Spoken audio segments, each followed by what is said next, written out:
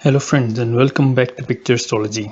In this series of planets through various houses, today we will learn about the placement of Sun in the 8th house and in the sign of Scorpio for an Aries Ascendant horoscope. So we will have the rising sign as Aries, which is the first sign, and Sun will be placed in the mysterious house of number 8. Now we all know that 8th house is one of the most difficult houses to predict, and especially position of Sun, which shows your true self, your soul, makes this interpretation even more trickier. So in next few minutes we will try to understand what this position means, especially from the true characteristics of the person and at the same time from the monetary point of view, because this position says a lot about it.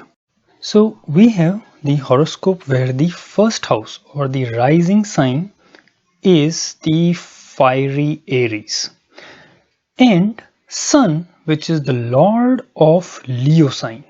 Leo falls into the 5th house when the ascendant is Aries. So Leo sign lord Sun is placed in the 8th house of mystery, of unknown, of occult. Many people also call it the house of life energies, which shows your life energies. It shows your environment or your involvement in things which are generally not very known in the world. People who have this 8th house very strong can be good astrologers, because astrology is a science of occult. Mantra, tantra, so many things is all related to 8th house. So we see that definitely this placement of Sun here will have a direct effect on the 5th house, because Sun is lord of it, and 8th house because Sun is placed in this house. And from the 8th house, Sun has a direct aspect on the 2nd, and 2nd house shows your family, your money, your accumulated wealth. So 2nd house matters will be directly impacted.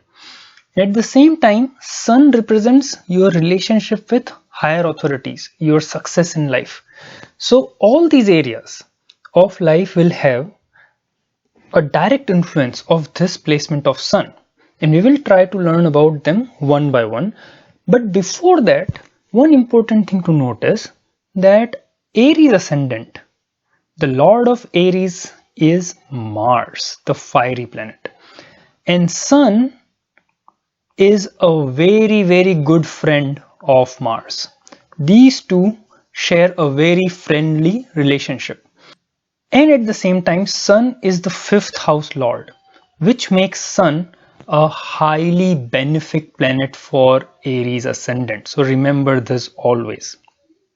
Now Sun is benefic, but it is placed in a difficult house of 8th. So this position makes it little tricky to interpret.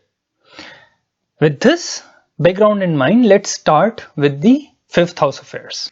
So the very first thing which comes into the mind when somebody talks about 5th house in Vedic astrology, that it is the house of your Purva Punya. And Purva Punya literally means the effects of your past life good karmas.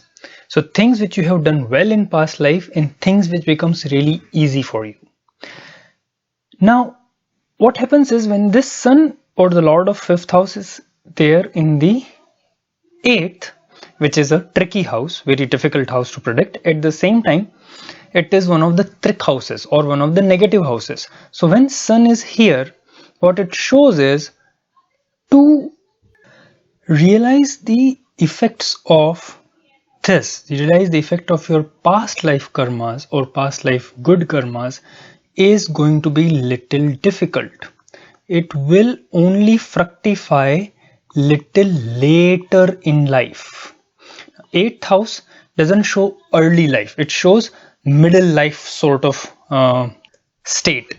So what it means is, in most cases, at the time of birth, the financial position of the family may not be that great. And this I'm talking about, most of the cases. unless there are some great effects or great influence on the second house, the things could be a little different. But this sun, what it shows is that the early life, the person might have to face some financial difficulties, because the past life good karmas are only going to be realized later in life. But as the age progresses and towards the middle age-ish life is when this sun will start giving better results in terms of finance for sure. Secondly, again, this sun is placed in the 8th house of hidden things. 8th house is also a place of inheritance. It shows unearned money, money which somebody gives you. So this sun here again shows that later in life, not early in life, later in life you may get benefits from some kind of inheritance or some kind of unexpected gain from say a land which you were not even aware that your parents or grandparents had, and you suddenly become owner of it, maybe as a result of some death in the family or some sudden inheritance, some sudden gains during the middle ages of the person. Now, 5th house, apart from the house of good karma, is also closely related with the kind of education you get. This also shows your creative potential. It basically says, the synthesis knowledge. There is one knowledge which is found in the books, which is found in schools or in degrees. So 5th house is not that knowledge. 5th house is the true synthesized knowledge which can be used in real life. So when this 5th house is 5th house Lord Sun is placed in this 8th house of occult sciences, if Mercury and Jupiter support this position, the person can become very good astrologer also. Or if there is influences of Mars in this, then in Eastern cultures there are many activities, spiritual activities, which are primarily carried out through fire. It is called Havan or Yagya. So in Eastern cultures, many people who do daily Havan or Yagya or some kind of fire rituals have Sun in this placement and Mars very well placed at the same time. However, in any case, this Sun will give some or the other kind of interest in occult sciences, in some kind of occult science, or suppose otherwise the horoscope is strong, they may get employed in areas of research. Suppose Rahu is very well placed along with the Sun, then the person might get involved in atomic research or outer space research. But in any case, they get a natural tendency towards finding unknown, towards finding which is unheard of, which is unearthed. So which could result in interest in astrology, interest in occult sciences, and this is especially true not just because of the 8th house, but because the Lord of true knowledge or the 5th house is in the 8th house. So they get the true knowledge in one of these occult fields. Now also 8th house represents some kind of physical problems, especially when the Sun, which is the primary significator of human body, is placed here. And the 8th house in 8th house and 8th sign, they both signify the lower abdominal area, and Sun here especially can cause problems related to either blood pressure because it is in the watery sign. It also gives troubles related to your lower abdominal. It could mean something like hernia later in life, and other related troubles in that lower abdominal upper thigh region. So due care in this field is always recommended.